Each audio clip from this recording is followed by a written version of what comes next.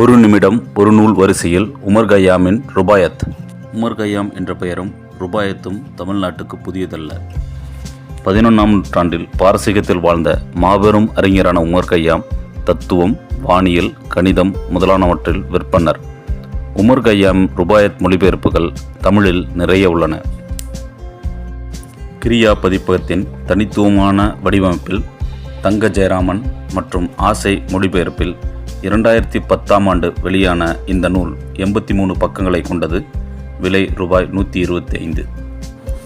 மொழிபெயர்ப்பு சவால்கள் குறித்தும் ருபாயத், உமர் கய்யாம், சூஃபி என பல்வேறு குறிப்புகளையும் தமிழில் இதுவரை வெளிவந்துள்ள ருபாயத் மொழிபெயர்ப்புகளின் விவரங்களையும் துணைநூல் பட்டியலையும் கொடுத்துள்ளனர். பாரசீக பொன்மணலில் பாதம் புதைய நடந்து வந்து உமர் கய்யாம் உலகுக்கு அளித்த பெருச்சம்பழ கூடைதான் ருபாயத் என்பார் கவிஞர் புவியரசு.